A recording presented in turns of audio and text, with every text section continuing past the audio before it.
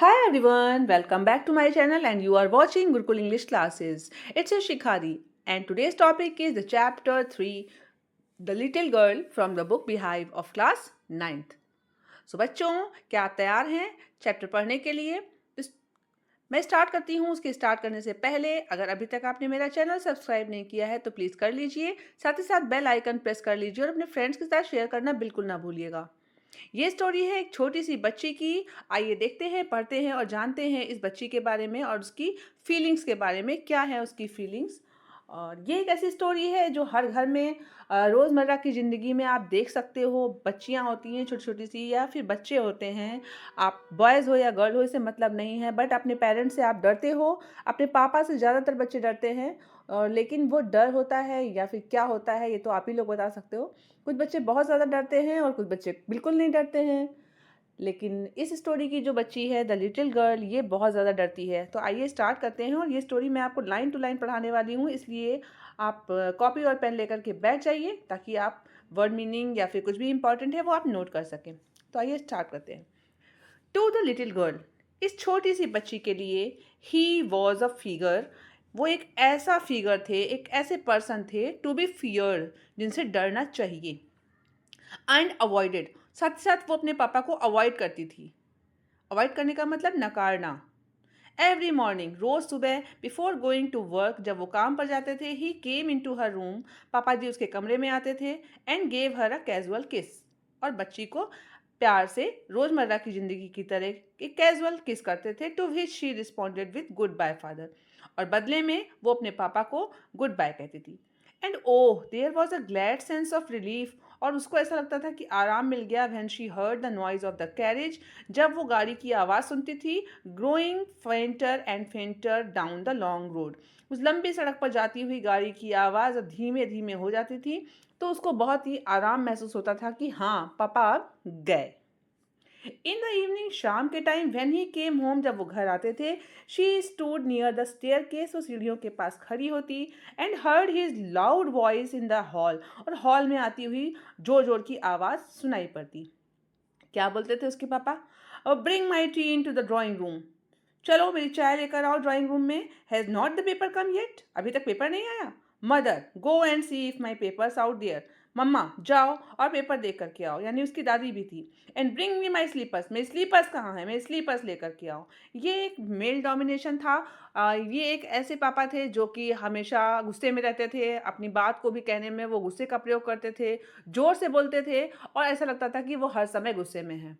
ऐसा था नहीं, बट उनकी आवाज़ ही इतनी तेज़ थी कि वो लगते थे कि हमेशा गुस्से में हैं। साथ ही साथ उनका जो बिहेवियर था वो थोड़ा-सा रूड था।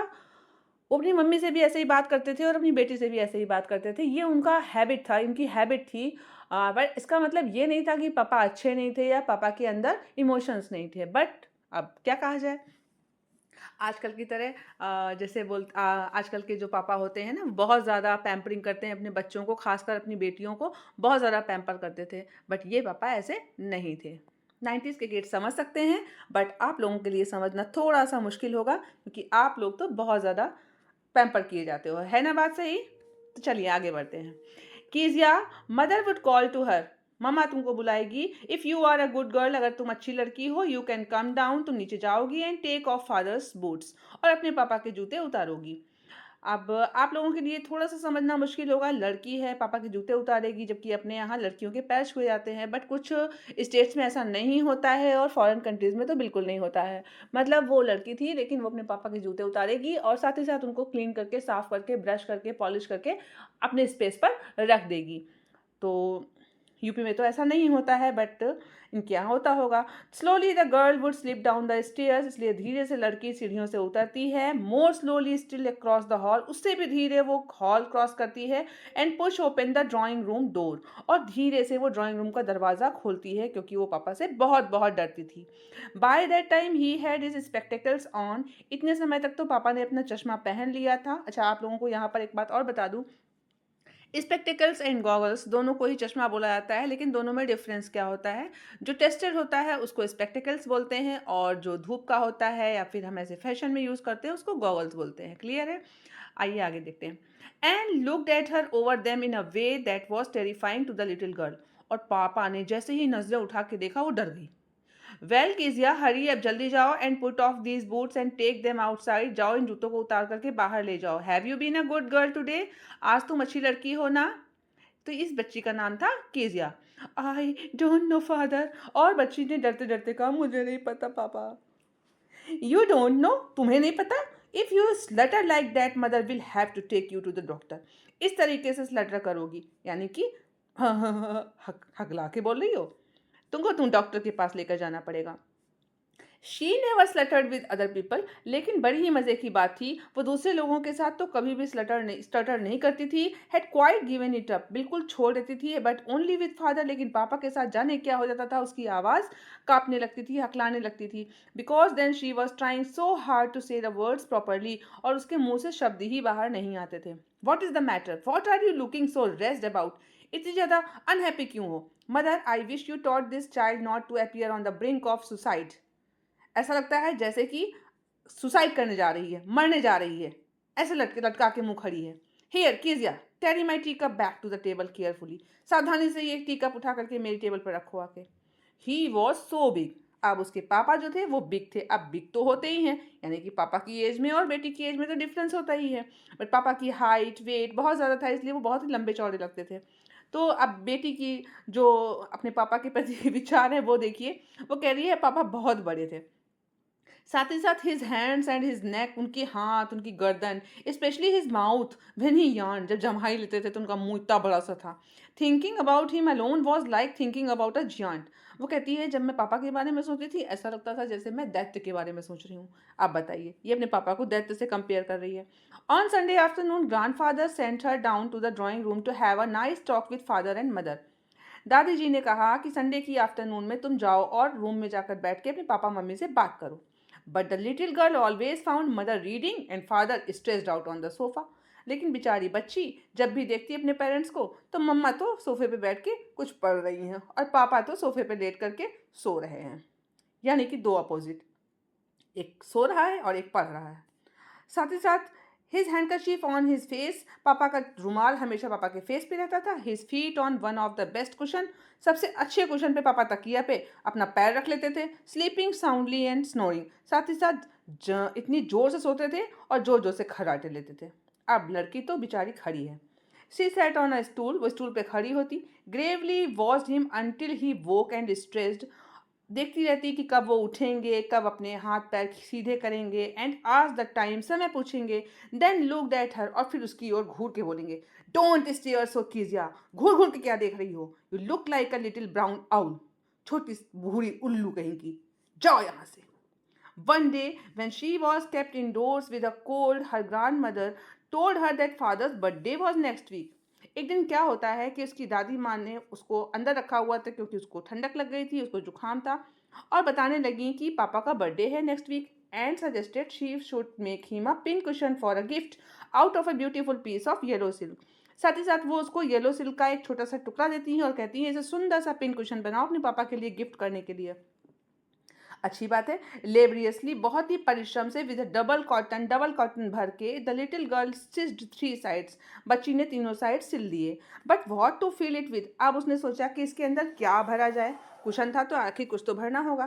दैट वॉज द क्वेश्चन, और ये प्रश्न तो बहुत अजीब था। The grandmother was out in the garden, दादी माँ बाहर बगीचे में गई। And she wandered into mother's bedroom to look for scraps, और मम्मी के बेडरूम में जा करके थोड़े बहुत स्क्रैप्स, स्क्रैप्स मतलब होता है छोटे छोटे पीसेस होते हैं कपड़े के या फिर पेपर के, उनको लेकर के आएंगी और साथ ही साथ में उसको फिल कर देंगी। On the bed table she discovered a great many sheets of fine paper, अचानक से उसको बेड टेबल पर बहुत सुंदर सा शीट मिलता है, बहुत अच्छे पेपर का। गादर्ड देम अप, वो उसको इकट्ठा करती है। टोर देम इनटू टीनी पीसेस, सबको फाड़ डालती है, छोटे छोटे टुकड़े करती है। एंड स्टफ्ड हर केस, और अपना जो उसने कुशन बनाया था उसके अंदर भर देती है। Then sewed up the fourth side, साथ ही साथ भर के चौथी तरफ से भी सिलाई कर देती है। That night there was a hue and cry in the house, ये क्या हुआ? रात को तो एकदम इतना शोरगुल था घर में, गुस्सा, protest, anger. Father's great speech for the port authority had been lost, पापा की भाषण की कॉपी खो गई थी। रूम्स वर सर्च्ड, पूरे कमरे ढूंढ डाले गए। सर्वेंट्स क्वेश्चनड, नौकरों से प्रश्न किया गया। Finally mother came into Kezia's room, और अंत में नंबर आया कीजिया का। Kezia, I suppose you didn't see some papers on the table in your room. क्या तुमने कोई पेपर्स देखे हैं रूम में? Oh yes, I tore them up for my surprise. हाँ, मैंने देखा था, मगर मैंने उनको फाड़ डाला। क्या? Come straight down to the dining room this instant. तुरंत डाइनिंग रूम में चलो। And she was drag down to where father was pacing to and fro, hands behind his back.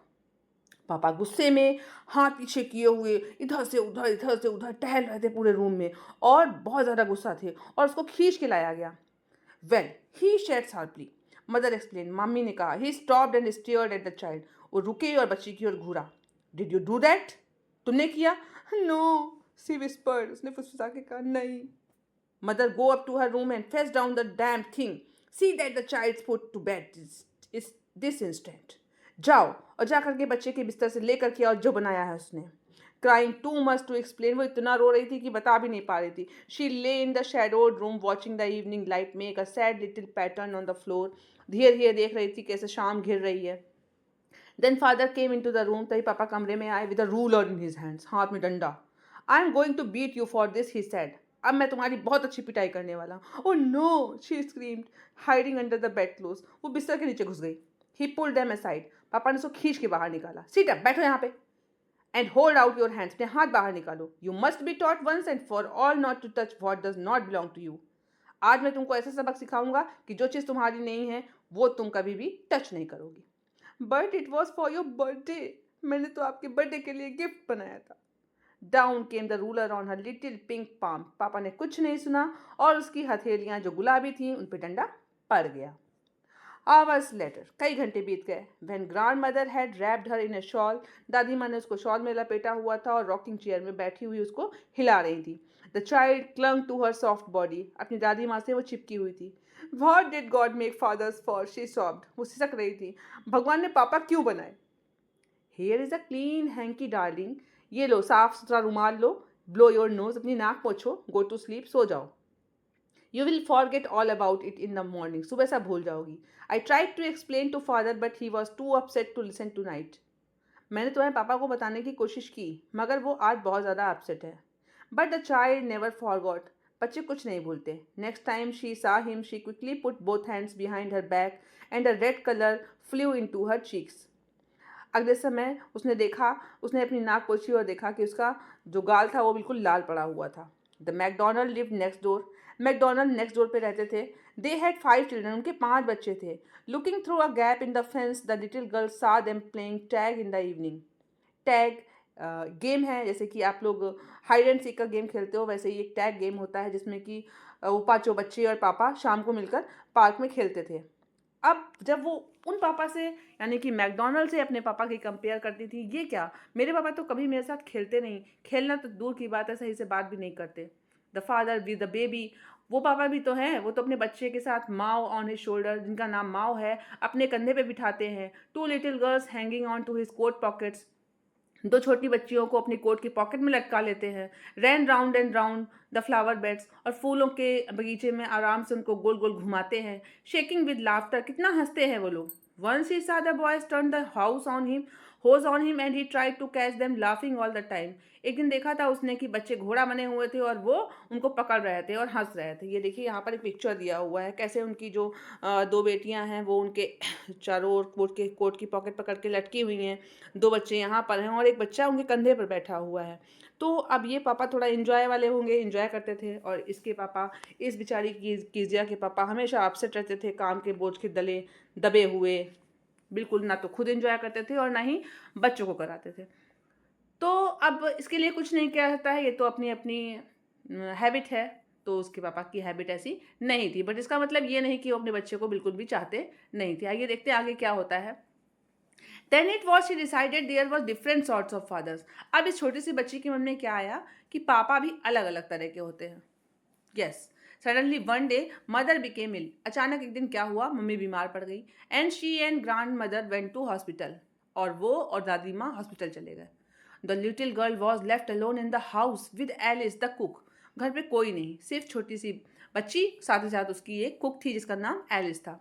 That was all right in the daytime. दिन में तो सब कुछ सही था। But while Alice was putting her to bed, जब Alice ने उसको बिस्तर पर लिटाया, शी ग्रीव सडनली अफ्रेड, वो अचानक से डर गई। What will I do if I have a nightmare, रात में सपना आया तो मैं क्या करूंगी? आई ऑफन हैव नाइटमेयर्स, मुझे रात में सपना आता है। And then granny takes me into her bed, तब मैं दादी के साथ उनके बिस्तर पर लेटती हूँ। I can't stay in the dark, मुझे अंधेरे में नहीं रहना। इट ऑल गेट्स विस्परी, मुझे लगता है ऐसा फुसफुसा रहे हैं। You just go to sleep child, बच्ची सो जाओ, एलिस ने कहा। पुलिंग ऑफ हर सॉक्स, उसके सॉक्स उतारे। एंड डोंट यू स्क्रीम, चिल्लाना मत। एंड वेक योर पुअर पा, नहीं तो तुम्हारे पापा जग जाएंगे।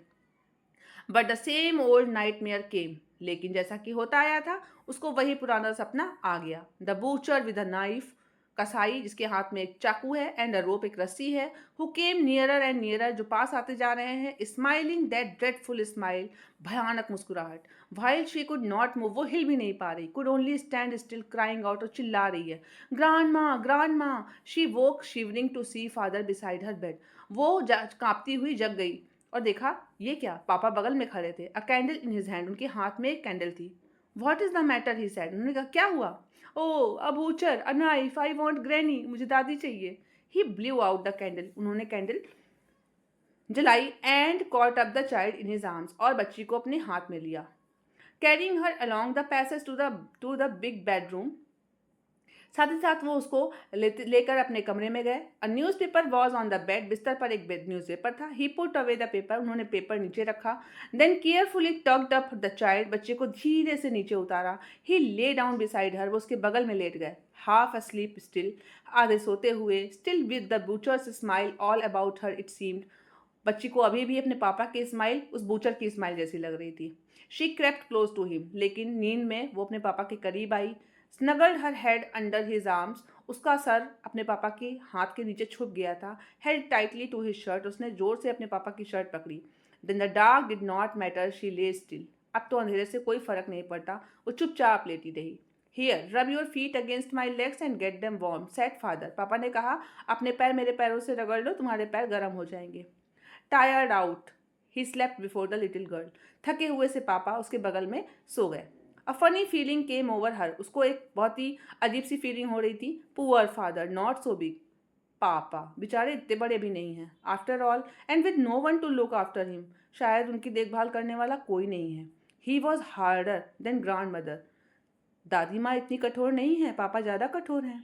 But it was a nice hardness, लेकिन पापा की हार्डनेस अच्छी लग रही है, एक सुकून जो कि पापा की बाहों में उसको मिल रहा था। And every day he had to work, और रोज़ कितना काम करते हैं। And was too tired to be a mister McDonald, mister McDonald तो काम ही नहीं करते, इसीलिए पापा ज़्यादा थकते हैं। She had torn up all his beautiful writing, वो अपनी सारी राइटिंग्स फाड़ देगी। She stirred suddenly and sighed, what is the matter, asked her father. Another dream, क्या कोई और सपना आया? Oh said the little girl, my head's on your heart, मेरा सर आपके दिल के पास है। I can hear it going, मुझे आपकी हर्ट की आवाज़ सुनाई दे रही है। What a big heart you have got father dear, father dear आपका हर्ट बहुत बड़ा है। कैथरीन मैंसफील्ड की ये स्टोरी थी। तो देखा आपने कि कैसे वो बच्ची जो अपने पापा से डरती थी, आखिरकार उसको समझ में आ गया कि इसमें फादर की कोई गलती नहीं थी। फादर अपनी रिस्पॉन्सिबिलिटीज़ और अपने काम के वजह से इतना थके रहते थे कि वो उसको क्वालिटी टाइम नहीं दे पाते थे, जिसकी वजह से उसको लगता था कि पापा बहुत ज़्यादा स्ट्रिक्ट हैं, बट ऐसा था नहीं। ऐसा आप लोगों को भी लग सकता है, कुछ लोगों को लगता होगा शायद। तो अपनी फीलिंग्स आज से ही बदल दीजिए अपने पेरेंट्स के प्रति। मिलते हैं नेक्स्ट वीडियो में नेक्स्ट स्टोरी के साथ, तब तक के लिए टाटा bye bye and thank you for watching, thank you for your support.